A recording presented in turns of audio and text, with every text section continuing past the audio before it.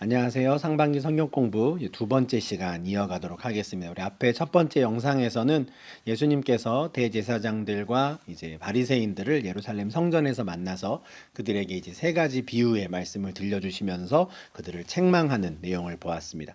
그들은 말로만 하나님의 백성이라고 했던 사람들이었고 실제로는 그 하나님의 어린 양의 혼인 잔치에 참여할 수 없는 자들이었죠. 그들을 이제 책망하는 내용이었는데 그 말을 듣고 이제 이 종교 지도자들이 막 부글부글합니다. 그래서 각각의 분파별로 작전을 짜요. 그래서 예수님을 어떻게 좀 우리가 잡을 수 있을까 막 이렇게 모의를 하는데 그 모의하는 장면이 이제 22장에 하나씩 하나씩 나옵니다. 이제 그 내용을 좀 보도록 하겠습니다.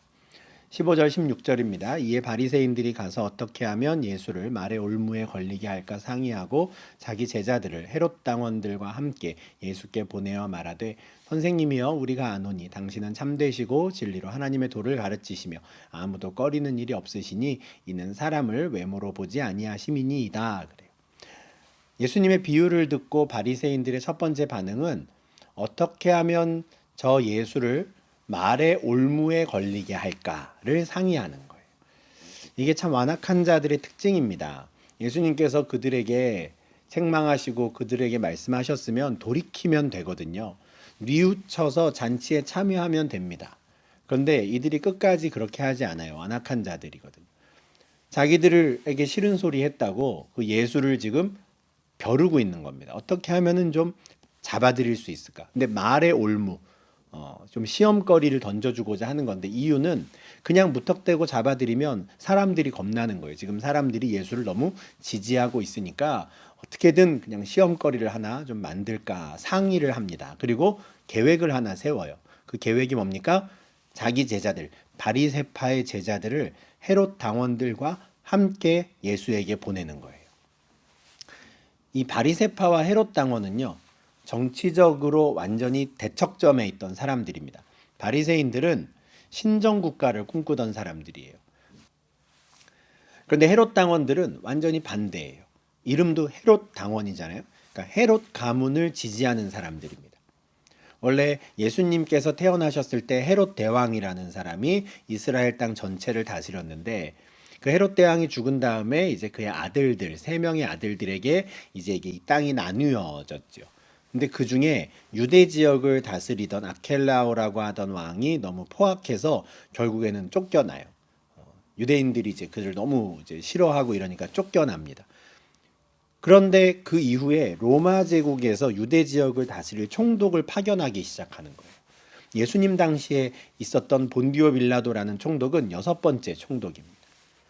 그러니까 이제 그런 상황을 지켜보면서 이 헤롯 당원들은 또다시 다른 지역에도 이 로마의 총독이 오는 일은 없어야 한다라고 생각하는 사람들이었어요. 그래서 이들은 헤롯의 아들들을 지지하는, 다시 말해서 지금 그 당시의 정치인들, 그 당시의 왕들을 지지하는 사람들이었습니다. 그러니까 바리새파와는 좀 다른 정치적인 입장을 갖고 있는 사람들이었는데 이들이 지금 같이 예수를 찾아온 거예요. 이게 바리새파가 짠 작전입니다. 뭔가 함정에 빠뜨리려고. 그리고 그들이 와가지고 이렇게 말해요. 선생님, 우리가 아노니 당신은 정말 선하신 분입니다. 당신은 어느 누구의 눈치도 보지 않고 오직 진리만을 가르치시는 분입니다. 그냥 마음에도 없는 소리를 하는 거죠. 이렇게 띄워주는 차원에서 하는 겁니다. 그러면서 이들이 준비한 질문, 예수님을 말의 올무에 걸리게 할 질문을 던집니다. 당신은 항상 진리를 가르치는 분이니 당신의 생각에 우리가 어떻게 하면 좋을지 알려주십시오. 지금 우리와 이 헤롯 당원들이 늘 세금 문제를 가지고 싸우고 있는데 가이사에게 세금을 바치는 것이 옳습니까? 옳지 않습니까? 질문을 해요. 이 가이사라고 번역이 된 건 시저입니다. 카이사르를 이제 가이사라고 한국어로 번역을 한 건데 지금 로마 황제에게 세금을 바치는 게 옳습니까? 옳지 않습니까? 질문해요. 이건 실제로 바리새파와 헤롯 당원들이 그렇게 함께 논쟁을 주로 하던 주제였습니다. 바리새파는 황제에게 세금 바치는 거를 싫어했어요. 이방 민족이 어떻게 우리를 다스리느냐, 왜 우리가 그들에게 세금을 바치느냐 했죠. 반면에 헤롯 당원들은 어떻게 했습니까? 지금 현재의 정치 제도가 유지가 돼야 돼요. 계속 헤롯의 가문이 이 나라를 다스리는 게 좋다고 생각하는 사람들이에요. 그러니 황제에게 밑보이면 안 되는 것이죠. 당연히 세금을 잘 바쳐야 한다라고 가르쳤단 말이에요. 근데 이 질문을 지금 예수님께 합니다. 근데 만약에 예수님께서 세금을 바쳐라, 그럼 어떻게 되겠습니까? 백성들이 실망하겠죠. 지금 백성들은 예수님을 자신들의 왕으로 어떻게 좀 해보려고 그러고 굉장히 인기가 높은 상태에서 친로마 제국적인 발언을 하면 백성들이 실망할 것이고, 그러면 예수를 잡을 수 있을 것이다 할 겁니다. 만약에 예수님이 세금 바치지 마라 그럼 어떻게 되겠습니까? 백성들은 좋아하겠지만 헤롯 당원들은 예수를 반역죄로 고발할 겁니다. 지금 로마 황제에게 세금 내지 말라고 했다, 백성들을 선동했다 하겠죠. 그러니까 세금을 내라고도 못하고 내지 말라고도 못하는 거예요. 이게 말의 올무에 지금 거는 건데, 예수님이 이들의 마음을 아셨죠. 예수께서 그들의 악함을 아시고 이르시되 외식하는 자들아 어찌하여 나를 시험하느냐 해요. 그들의 악함을 아셨어요. 정말 순수한 차원에서 궁금해서 질문한 게 아니라는 걸 아셨어요. 그래서 그들을 외식하는 자, 위선자라고 했죠. 말로는 지금 당신은 참 선하십니다, 당신은 진리만을 가르치십니다 이러지만 실제로는 그렇게 생각하지도 않는데 말만 그렇게 하는 위선자들이었거든요. 그러면서 어찌하여 나를 시험하느냐 해요. 원래 누가 예수를 시험합니까? 사탄이 시험하잖아요. 예수님께서 공적인 생애를 시작하실 때 사탄이 찾아와서 세 가지 시험을 했었습니다. 예수를 시험하는 자는 사탄이에요. 그런데 지금 이 종교 지도자들이 예수를 시험합니다. 그들은 사탄의 후손. 나중에 예수님께서 23장에서 실제로 그렇게 책망하십니다. 독사의 새끼들아 이렇게 책망하시죠. 이 독사, 이 뱀은 창세기 3장의 그 뱀입니다. 예수를 시험하는 자들이 되어버렸어요. 이들은. 예수님께서 아주 지혜롭게 이들의 작전을 깨뜨리십니다. 19절부터 21절 말씀입니다. 세금 낼 돈을 내게 보이라 하시니 데나리온 하나를 가져왔거늘 예수께서 말씀하시되 이 형상과 이 글이 누구의 것이냐 이르되 가이사의 것이니이다. 이에 이르시되 그런즉 가이사의 것은 가이사에게 하나님의 것은 하나님께 바치라. 자, 세금 낼 돈 하나 가져와 봐라. 데나리온 하나를 가지고 왔어요. 동전인데요. 거기에 어떤 형상이 있고 글이 쓰여 있습니다. 이런 이 데나리온입니다. 이 그림은 지금 월계수를 쓰고 있잖아요. 로마 황제의 초상이 들어 있습니다. 예수님이 그걸 물으시는 거예요. 자, 이 형상과 글이 누구의 것이냐? 사람들이 가이사의 것입니다. 그러죠. 그러자 예수님께서 이렇게 대답하십니다. 그래, 그러면 가이사의 것은 가이사에게, 하나님의 것은 하나님께 바쳐라. 아주 참 절묘한 대답입니다. 이렇게 말하는데 누가 딴지를 걸 수 있겠습니까? 가이사의 것은 가이사에게 줘야지, 하나님의 것은 하나님께 줘야지. 내용상으로는 세금을 내라는 말씀일까요? 내지 말라는 말씀일까요? 네, 내라는 말씀입니다. 가이사의 것은 가이사에게니까요. 그런데 세금을 내라 이렇게 말하면 분명히 이제 백성들의 반응이 이제 어떨지 알고 바리새인들이 됐다 할 테니 아주 지혜롭게 가이사의 것은 가이사에게 주어라. 그리고 하나님의 것은 하나님께 바쳐라 해요. 어느 누구도, 이건 헤롯 당원도 바리새파도 트집 잡을 수 없는 절묘한 대답입니다. 예수님께서는 세금을 내는 것을 하라고 하셨어요. 이게 우리가 한국 교회들은 아직 세금을 내지 않지만 네덜란드에 있는 교회들은 세금을 내죠. 이제 목사들도 이제 월급을 냅니다. 물론 그 교회들은 세금 수익이 없으니까 세금을 내지 않지만 목사가 이제 세금을 내죠. 벨직 신앙 고백서에도 보면 기독교인들은 우리는 국가의 지도자들을 존중하고 우리가 마땅히 할 세금을 냅니다. 그렇게 고백을 해요. 로마서 13장 1절에 각 사람은 위에 있는 권세들에게 복종하라. 권세는 하나님으로부터 나지 않음이 없나니 모든 권세는 다 하나님께서 정하신 바라. 여기서 말하는 모든 권세는 이 땅의 정치 지도자들 어떤 한 사람을 말하는 게 아닙니다. 그 시스템을 말하는 거예요. 왕정시대면 왕정시대의 그 시스템, 민주주의 시대면 그 민주주의의 시스템, 내가 태어났을 때 내가 태어난 그 시대와 나라가 가지고 있는 그 제도를 존중하라라는 겁니다. 그리고 그 가운데에서 한 사람의 국민으로서 한 사람의 시민으로서의 역할을 다하라 하는 말씀이에요. 설령 내가 원하지 않는 모습의 왕이 그 자리에 있더라도, 설령 내가 원하지 않는 모습의 대통령 또는 총리가 그 자리에 있더라도 하나님께서 이 세상의 주관자이심을 인정하고 그들을 존중하라 하십니다. 그래서 로마서 13장 6절 7절에 보면 조세를 받을 자에게 조세를 바치고 관세를 받을 자에게 관세를 바쳐라, 이런 말씀이 있어요. 세금 내라. 가이사의 것은 가이사에게 주어라.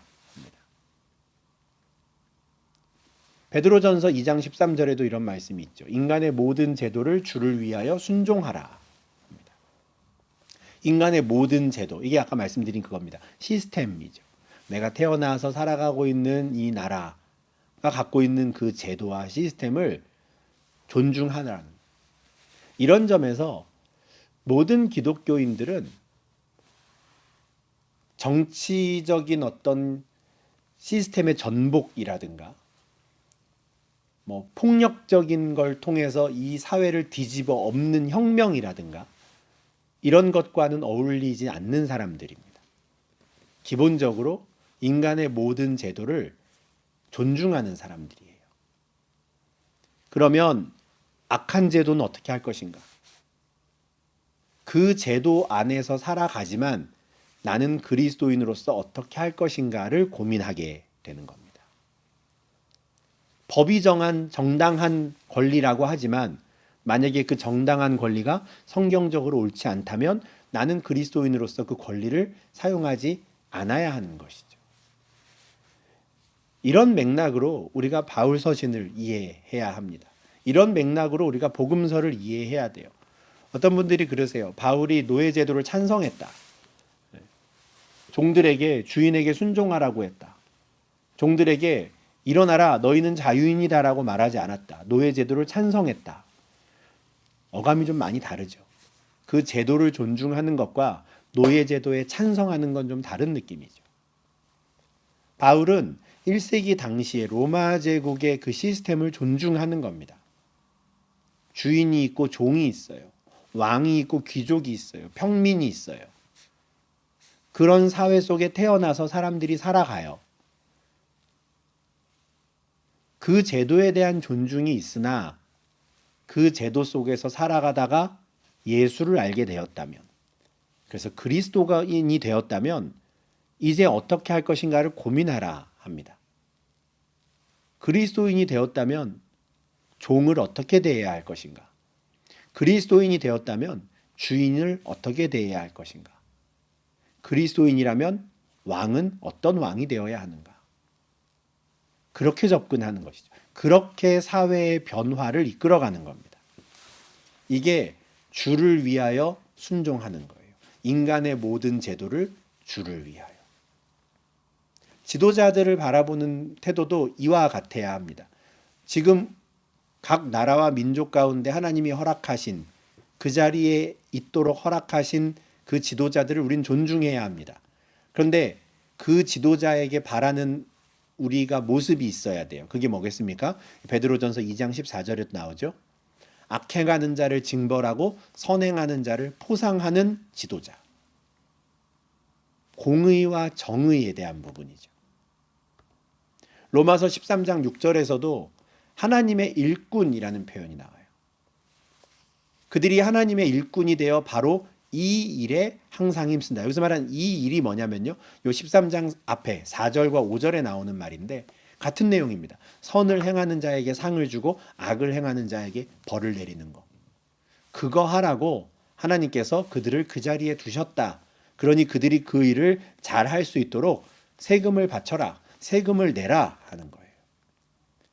그렇다면 우리는 인간의 모든 제도를 존중하되 주를 위하여 순종하는 겁니다. 그 지도자들이 공의로운 자인가? 그 지도자가 정의로운 자인가? 사사로운 자기의 감정에 휩쓸리는 사람인가? 자기의 사익을 챙기는 사람인가? 아닌가? 이걸 우리가 구분해야죠. 그리고 만약에 그렇게 하지 않는 잘못하는 지도자가 있다면 어떻게 해야 됩니까? 알려줘야 하는 겁니다. 그게 그리스도인들이 해야 되는 일이에요. 이 두 가지가 병행되는 겁니다. 인간의 모든 제도를 존중해요. 그러나 그 가운데 합당하지 않은 태도가 나타나는 지도자가 있다면 그에게 경고하고 무엇이 옳은 것이고 무슨 일을 해야 하는지 알려야 하는 것이죠. 마태복음 14장 3절 4절에 보면 세례 요한이 감옥에 갇힌 이유가 나오는데요. 왜 갇힙니까? 왕인 헤롯의 잘못을 지적했기 때문이에요. 그러니까 인간의 모든 제도를 순종한다라는 건 그냥 입 다물고 가만히 있으라는 게 아닙니다. 그들을 존중해요. 그러나 그들의 잘못된 점에 대해서 이야기해야 되는 겁니다. 요한이 헤롯에게 당신이 그 여자를 차지한 것이 옳지 않습니다 말했단 말이에요. 그랬더니 감옥에 들어가서 갇혔어요. 요한이 순순히 결박되어 감옥에 들어가는 것, 이것은 헤롯이 왕이라는 것을 인정하고 존중해 주는 거예요. 다만 그가 틀렸다, 잘못했다라는 걸 또한 지적하는 것이죠. 그리스도인이라면 이 두 가지 모습이 다 나타나야 되는 겁니다. 폭력적으로 무엇인가를 뒤집어 엎고 이러는 게 아니에요. 존중하되 옳고 그름에 대해서 이야기해야 하는 것이죠. 헤롯이라고 하는 악한 왕에 대해서만이 아닙니다. 다윗도 마찬가지였어요. 다윗이 왕이었을 때 나단 선지자가 그의 잘못을 지적하지요. 사무엘하 12장 7절입니다. 나단이 다윗에게 이르되 당신이 그 사람이라. 당신이 바로 우리아의 아내를 범하고 우리아를 죽인 그 죄인입니다 하는 거예요. 나단은 다윗을 왕으로서 존중했습니다. 그러나 그의 죄를 지적했죠. 이런 태도가 우리에게 있어야 합니다. 그리고 이런 태도가 바로 가이사의 것은 가이사에게, 하나님의 것은 하나님에게. 인간의 모든 제도를 주를 위하여 순종하는 것, 주를 위하여 존중하는 태도가 바로 이런 겁니다. 참 예수님의 지혜로운 대답이었어요. 가이사의 것은 가이사에게, 하나님의 것은 하나님에게. 그 말을 듣고 사람들이 놀랍게 여깁니다. 이 바리새파의 제자들과 헤롯 당원들이 깜짝 놀래요. 야, 우리가 진짜 할 말이 없게 만드는구나. 놀랍니다. 근데 이게 놀랐으면 어떻게 해야 됩니까? 당신이 정말 진리를 가르치는 분이군요. 당신은 정말 훌륭한 랍비시군요. 최소한 이 정도 나와야 되는데 그렇게 하지 않습니다. 이들은 예수를 오히려 떠납니다. 참된 지혜의 말씀을 듣고 예수로부터 도망쳐요. 이게 완악한 자들의 특징입니다.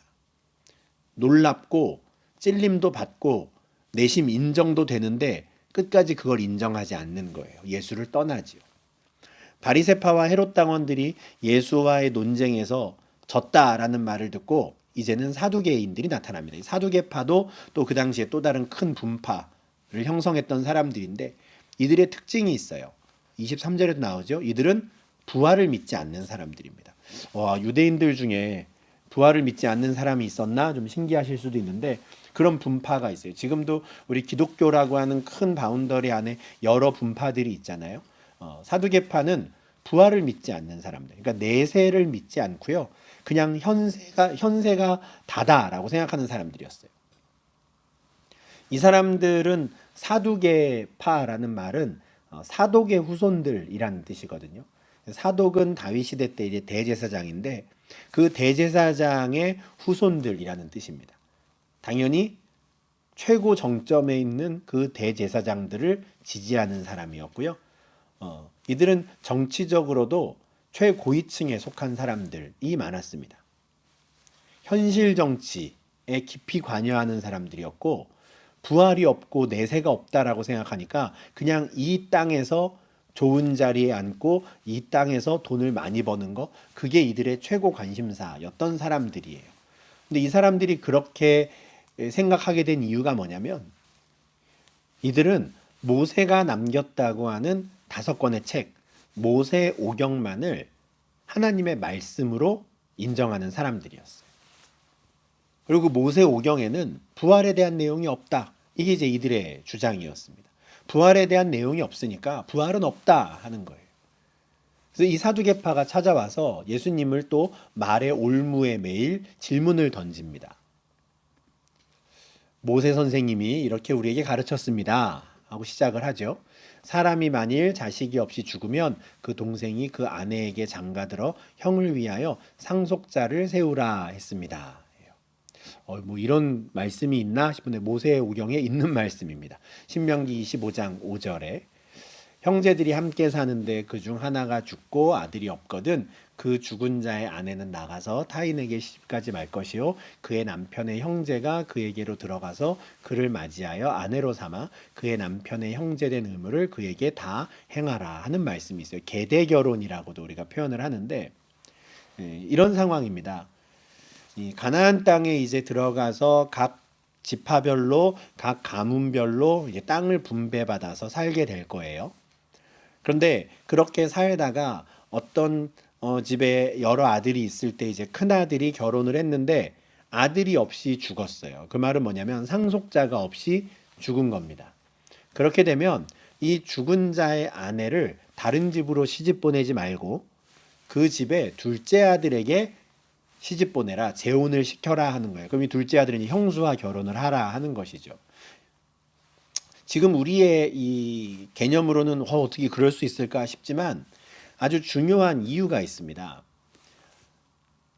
그의 남편의 형제된 의무라고 하는 이게 있는데 이게 뭐냐면 지금 하나님께서는 각 지파별로 가문별로 땅을 분배해 주셨는데 만약에 상속자가 없이 세상을 떠난 사람이 있다면 어떻게 되겠습니까? 그 사람이 상속받은 땅은 그냥 사라져 버리는 거예요. 다른 사람들이 그걸 가져가게 되는 것이죠. 그러면 안 됩니다. 각 지파에게, 각 가문에게 분배받은 땅은 그들의 몫으로 계속 남아 있어야 돼요. 이 밭은, 이 땅은 누구의 땅이다라고 하는 그 이름이 지워지면 안 되는 겁니다. 땅에 기록된 하나님의 백성들 한 사람 한 사람의 이름이 지워지면 안 되는 거예요. 그래서 둘째가, 그 동생이 형수와 결혼을 해서 아들을 낳으면 그 첫째 아들은 형의 이름을 잇는 겁니다. 그게 이어지는 신명기 25장 6절 말씀이에요. 그 여인이 낳은 첫 아들이 그 죽은 형제 이름을 잇게 하여 그 이름이 이스라엘 중에서 끊어지지 않게 할 것이니라. 이게 중요합니다. 이름이 사라지면 안 되는 거예요. 땅을 분배받은 그 이름.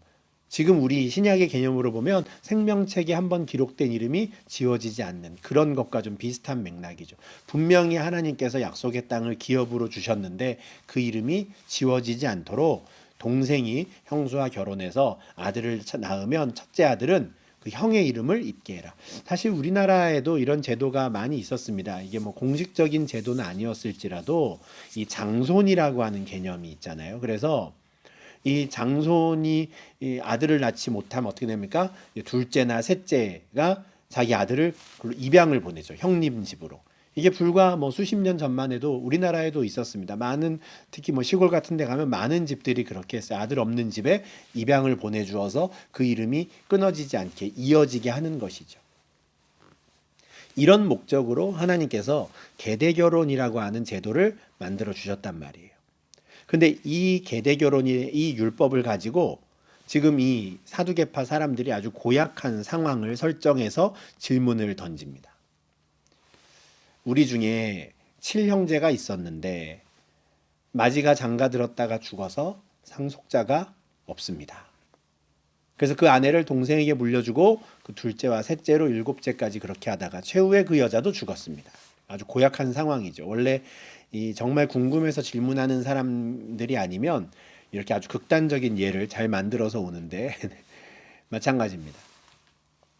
7형제가 있었다는 거예요. 그런데 첫째가 장가를 들었는데 상속자가 없이 죽었습니다. 아까 신명기 25장에 나오는 계대 결혼의 상황이 돼야 되는 거죠. 그래서 둘째가 결혼을 했는데 또 죽었어요. 셋째도 결혼했는데 상속자가 없이 죽었어요. 일곱째까지. 그러니까 7명의 아들들이 형제가 전부 한 여인과 결혼을 했다는 거예요. 그리고 마지막에 그 여자도 죽었습니다. 근데 만약에 진짜 부활이 있다면 이 말을 하고 싶은 거죠. 진짜 부활이 있다면 그 일곱 형제가 다 이 여인과 결혼을 했는데 부활 후에 이 여인은 누구의 아내가 됩니까? 하고 질문을 하는 거예요. 아마 이 질문을 할 때 모르긴 몰라도 이들의 표정이 아주 그냥 의기양양했을 겁니다. 기가 막힌 질문이지 뭐 이랬을 거예요. 꼼짝 못 하겠지.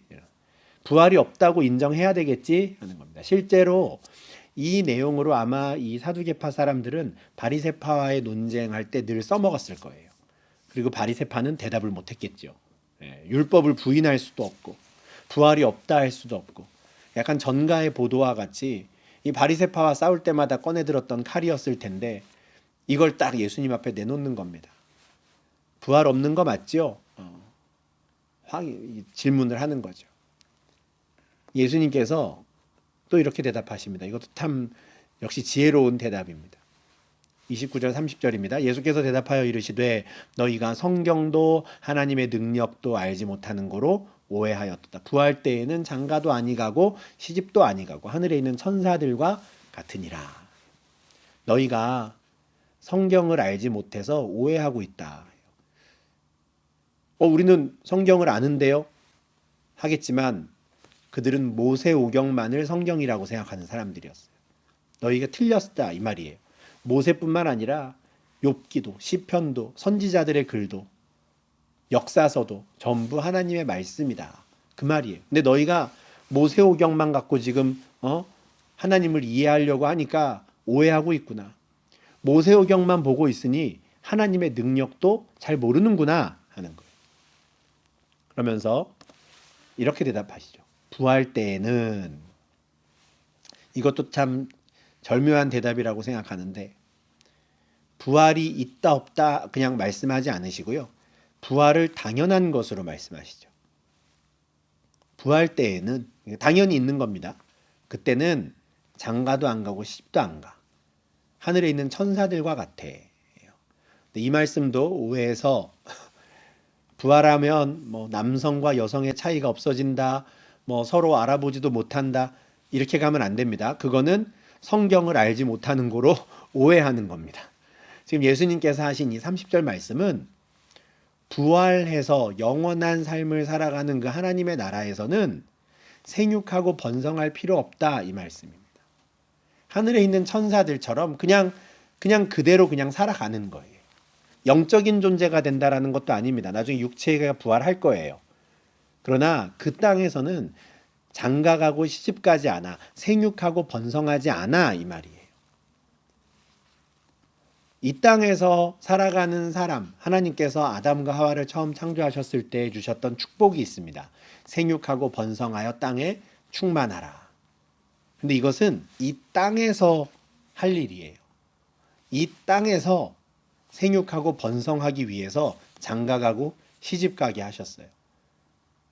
이 땅에서 충만하게 하기 위해서 땅을 분배해 주시고 그 땅을 가득 채워라 하신 거죠.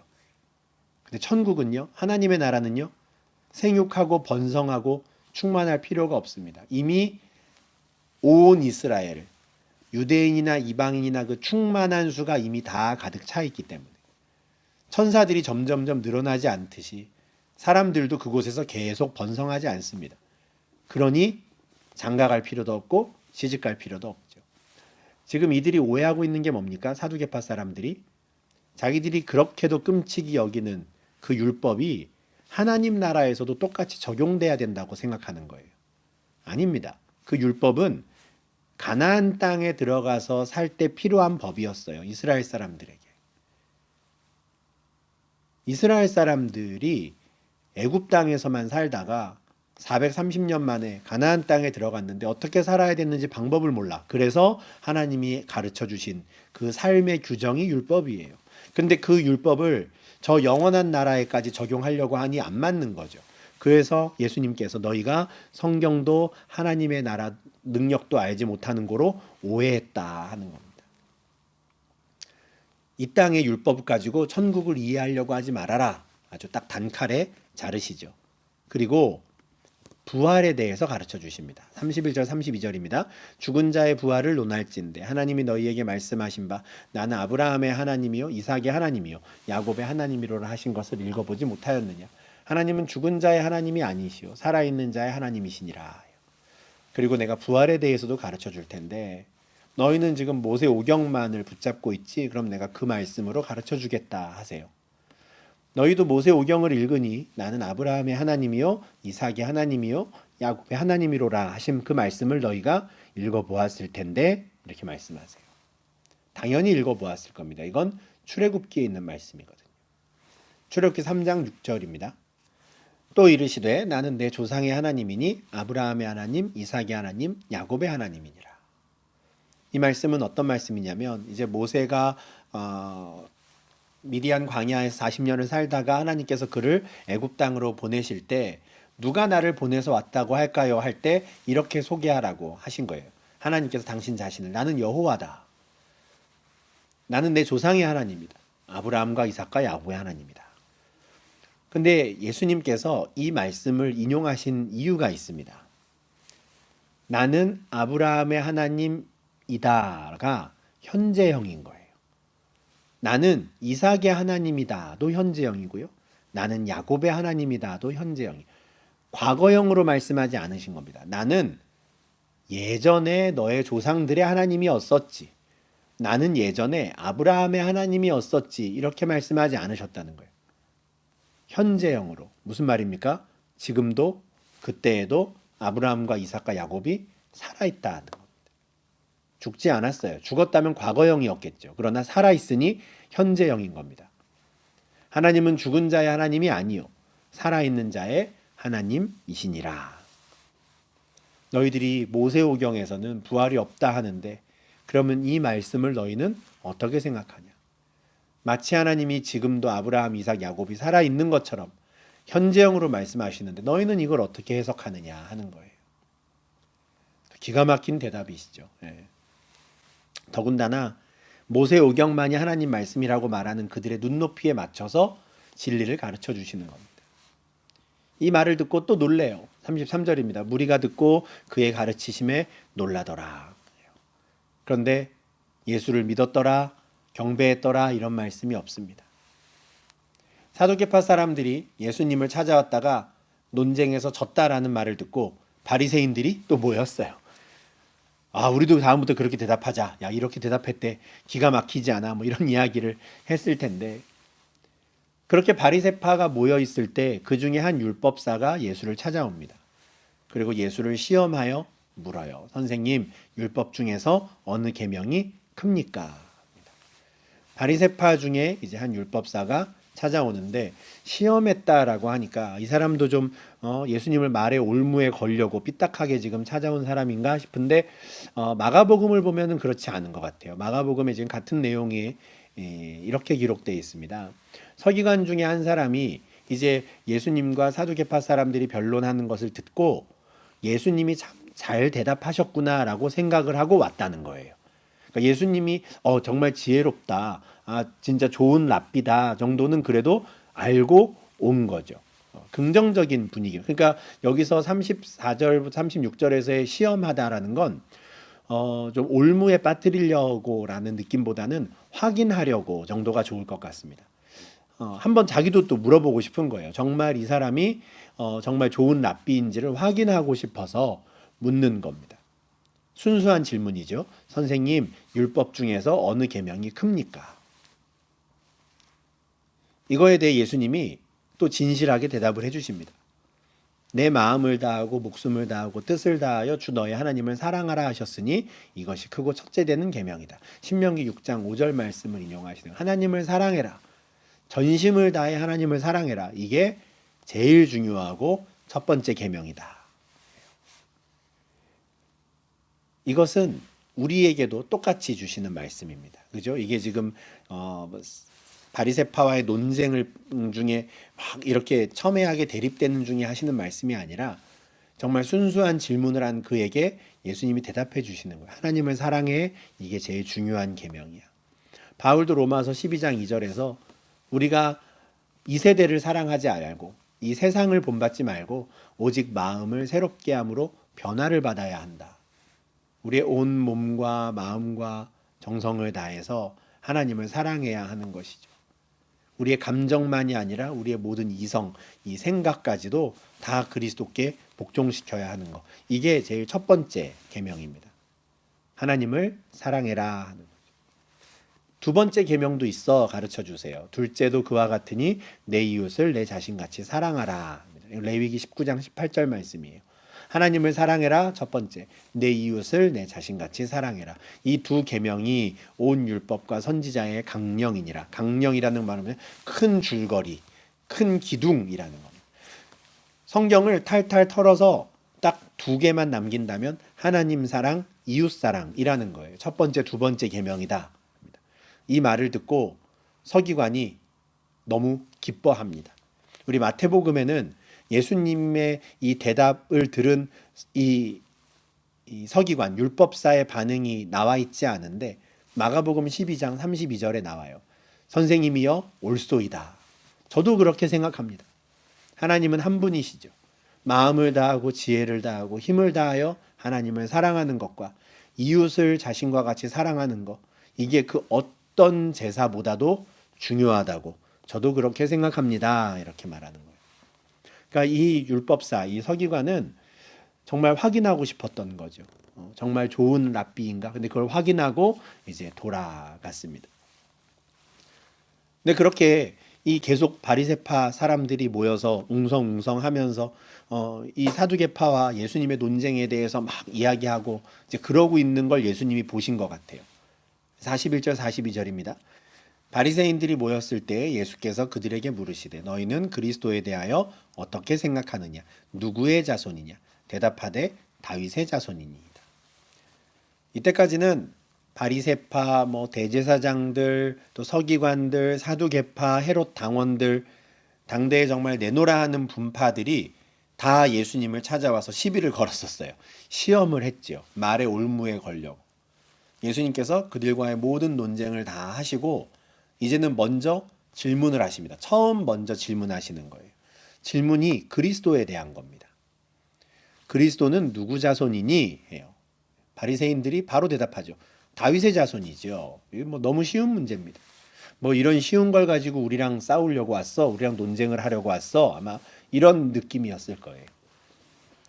그런데 이어지는 말씀이 이제 예수님의 진짜 질문입니다. 그러면 다윗이 성령에 감동되어 어찌 그리스도를 주라 칭하여 말하되 주께서 내 주께 이르시되 내가 내 원수를 내 발 아래에 둘 때까지 내 우편에 앉아 있으라 하셨도다 하였느냐. 그리스도가 다윗의 자손이라고 너희가 그렇게 말했는데 맞는 말이다. 그런데 그러면 왜 다윗은 그리스도를 정작 주님 이렇게 불렀을까? 자기의 자손이라면 하대해야 할 텐데, 자기의 자손이라면 주님이라고 하면 안 될 텐데 왜 다윗이 그리스도를 주라고 불렀을까? 이렇게 말하는 거예요. 이 다윗이 언제 그럼 그리스도를 주라고 했는가? 예수님이 인용하신 말씀인데요. 시편 110편 1절입니다. 이 시편 110편 그 위에 보면 표제가 다윗의 시 이렇게 돼 있어요. 다윗이 지은 시죠. 예수님이 인용하실 때에는 주께서 내 주에게 이러시니까 이제 주가 두 번 반복돼서 이게 잘 구분이 안 되는데 시편에 보면은 명확하게 구분이 됩니다. 여호와께서 내 주에게 말씀하시기를 내가 내 원수들로 내 발판이 되게 하기까지 너는 내 오른쪽에 앉아 있으라. 이게 다윗이 말하는 거예요. 지금 다윗이 성령에 감동되어서 여호와를 보고 있고 주님을 보고 있는 겁니다. 그죠? 여호와와 주님이 각각 다른 분이에요. 여호와께서 나의 주인에게 말씀하시는 겁니다. 그 주님이 누굽니까? 메시아예요. 그리스도예요. 그러니까 그리스도가 다윗의 자손이야 이것만 생각하면 다윗은 여호와께서 나의 후손에게 말하기를 이렇게 해야죠. 여호와께서 나의 자식에게 말하기를 이렇게 말해야 되는데 여호와께서 나의 주님에게 말하기를 이런다는 거죠. 왜 다윗이 그랬을까? 그리고 다윗이 그리스도를 주라고 칭했으니 어찌 그의 자손이 되겠느냐 질문을 하시는 거예요. 이 질문은요. 그리스도가 다윗의 자손이 아니라는 말이 아닙니다. 그리스도는 다윗의 자손이에요. 근데 이 말씀은 뭐냐면 다윗의 자손으로 오신 그 그리스도가 본래부터 하나님과 함께 계시던 분이었다라고 하는 그 참된 진리를 너희가 아느냐라고 질문하신 거예요. 다시 말씀드립니다. 그리스도가 다윗의 자손이 아니라는 뜻이 아닙니다. 그리스도는 다윗의 자손으로 이 땅에 오셨어요. 육신을 입고 오셨죠. 그런데 그때 그리스도라는 존재가 처음 생긴 게 아니에요. 원래부터 계시던 분이라는 거죠. 원래부터 계셨고 그분을 다윗은 주님이라고 불렀다는 겁니다. 요한복음 1장에 로고스, 말씀이라고 하는 분, 그분이 바로 그리스도이시죠. 예수님이 너희는 그걸 알고 있니? 라고 질문을 하신 거예요. 그런데 한마디도 대답하는 사람이 없습니다. 이들은 막 말의 올무에 걸려고 예수를 찾아와서 질문했는데 예수님은 다 대답하셨거든요. 근데 이 너무나 간단한 이 질문에 이 사람들이 짧은 질문인데 대답을 못하는 거예요. 한마디도 능히 대답하는 사람이 없어요. 그리고 이 일로 인해 더 이상 예수님을 찾아와 시비를 걸지도 못합니다. 논쟁이 종결되어 그날부터 감히 그에게 묻는 자가 없더라. 이렇게 이 22장이 끝나는데 마가복음 22장 37절에는 이렇게 종교 지도자들과 예수님의 이 논쟁을 지켜보고 있던 다른 사람들의 반응이 나와요. 많은 사람들이 즐겁게 듣더라. 이 사람들은 굉장히 흥미있게 들은 겁니다. 아, 그러네. 그럼 그리스도는 어떤 분일까? 궁금해졌겠죠. 아, 우리가 그리스도를 어떻게 생각해야 할까? 자기들끼리 또 이야기했을 겁니다. 예수님께서 나는 다윗의 자손으로 이 땅에 왔지만 원래부터 있던 자다. 원래부터 나는 여호와와 함께 있었다라는 것을 이렇게 가르쳐 주신 겁니다. 이렇게 해서 마태복음 22장이 끝이 납니다. 22장에서 예수님께서는 종교 지도자들을 향한 세 번째 비유를 들려주셨고 그 이후에 예수를 붙잡고자 했던 바리새파, 헤롯 당원, 사두개파 이런 사람들이 와서 예수님과 시비를 걸며 논쟁을 했는데 그 논쟁을 모두 정리하셨어요. 그리고 나는 너희의 그리스도이며 다윗의 자손으로 이 땅에 온 메시아다라는 것을 분명히 말씀하십니다. 이 일들이 지금 성전에서 이루어지고 있는 것이었고 성전에서 공식적으로 예수님께서 이것을 선포하셨다라는 건 또 굉장히 중요한 신학적인 의미가 있다고 할 수 있겠습니다. 네, 이렇게 해서 우리 22장 말씀 마무리하고요. 두 번째 성경 공부 시간도 마치도록 하겠습니다. 우리 다음 주에 세 번째 시간에 우리 23장 말씀 또 이어가도록 하겠습니다. 오늘도 오랜 시간 수고 많으셨습니다. 감사합니다.